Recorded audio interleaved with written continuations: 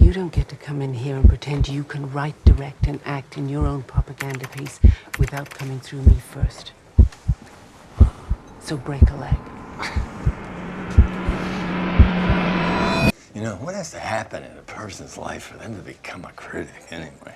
Okay, so I recently watched a movie that I've been wanting to watch for a long time, and it's Birdman from 2014, starring Michael Keaton. The movie is about a character named Regan Thompson who reached fame through a superhero role and leaves the fame and the money behind with that role to pursue something more ambitious and something that he loves even more, which is Broadway production. And he tries to create his own to breathe new, passionate life into his career and hope that he can achieve that same stardom with his actual passion through Broadway. And in the movie, it's clear that it is a huge risk, it's a huge gamble, but he wants to go through with it anyway to see if he can prove that he's not a washed up actor. Now, I really enjoyed this movie, and I feel like it tackled a lot of issues with today's review culture when it comes to films. Today, I just wanted to talk about all my thoughts on this movie, and I want you guys to let me know in the comments if you agree or if you have anything else that you think I missed, or any points that you think this movie really did a good job at tackling. But first things first, for my watch, I think that the movie is trying to speak on the modern day film industry and how it at one point was dominated by superhero and comic book films instead of real art. Now, I'm not saying superhero and comic book films can't be considered real art, but there have been times in our society where those have dominated the box office above real stories that were originally created and had acting that may have been way better than Iron Man or something like that. And that's not to disrespect superhero movies. Me personally, I love me some superhero movies. The movie showed the ugly, beautiful, and disturbing parts of Hollywood and how it can affect actors that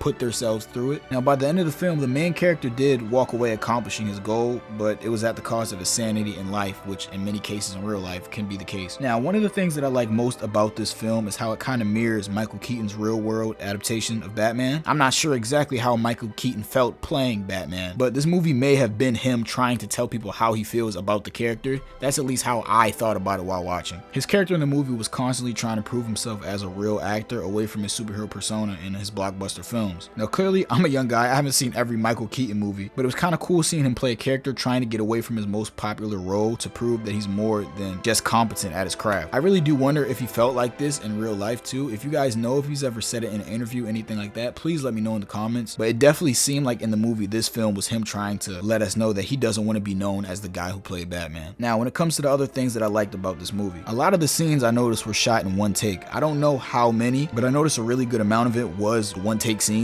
And for the cinematography to be as good as it was in the movie, it was beautiful. For those of y'all that don't know what a one take scene is, it's just literally one take. It's no cuts. The camera is just following the characters throughout the scene, and obviously it still moves the story along, but the camera is not making any cuts. So everything happening in that camera's field of view is all within the movie's world. And I feel like they did a great job with that throughout the film. Another thing that I thought was super impressive was the actors. The actors were literally playing actors who were also playing actors. I just can't imagine how difficult it is to manage two versions of yourself on screen as well as multiple versions of a character in the movie. And then for some scenes to be shot in one take and you to do that with perfection is crazy. Another part that I really enjoyed was the foreshadowing throughout the movie. The whole movie foreshadowed how the main character will end up by the end of the film. A part of the play created by the main character spoke on love, something that the main character struggles with due to him being super consumed by his passion. Then there was the I Don't Exist skit. I don't exist.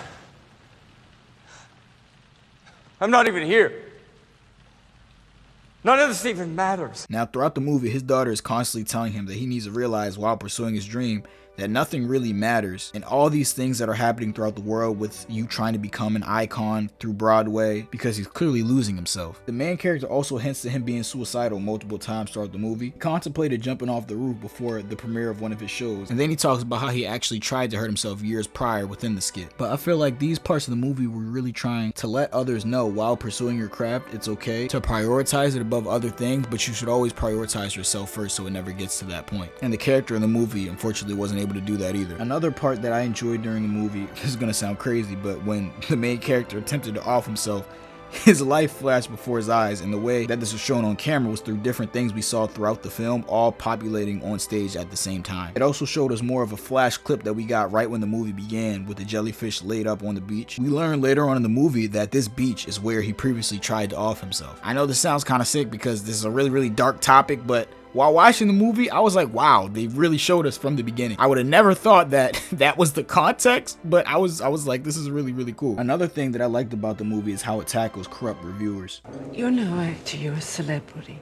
Let's be clear on that. I'm gonna kill your play. And when it comes to films, when it comes to video games, when it comes to anything, the movie showed that some people can work their entire lives to make the perfect product, and the only opinion that's gonna matter at the end of the day is somebody's mind that was already made up before they even reviewed it, and how big of a problem that is in the industry. And when it comes to my favorite part about this movie, and also the most disturbing part about the film, was towards the end when he shot himself on stage, and the audience was so in shock they assumed it was just a part of the play, and of course they loved it. And the way I interpreted this is what ended up solidifying him as a true legend in the industry, which is what the character really wanted. But it was just sad seeing that these were the lengths that he had to go to accomplish this. I felt like that was literally a case of they don't give you your flowers until you're gone. And he may have technically survived the bullet, but at the end his true sense of self already disappeared. And then the tragic ending of him supposedly jumping out of the hospital window, and you know how it ended. But anyway, it was just a really sad movie.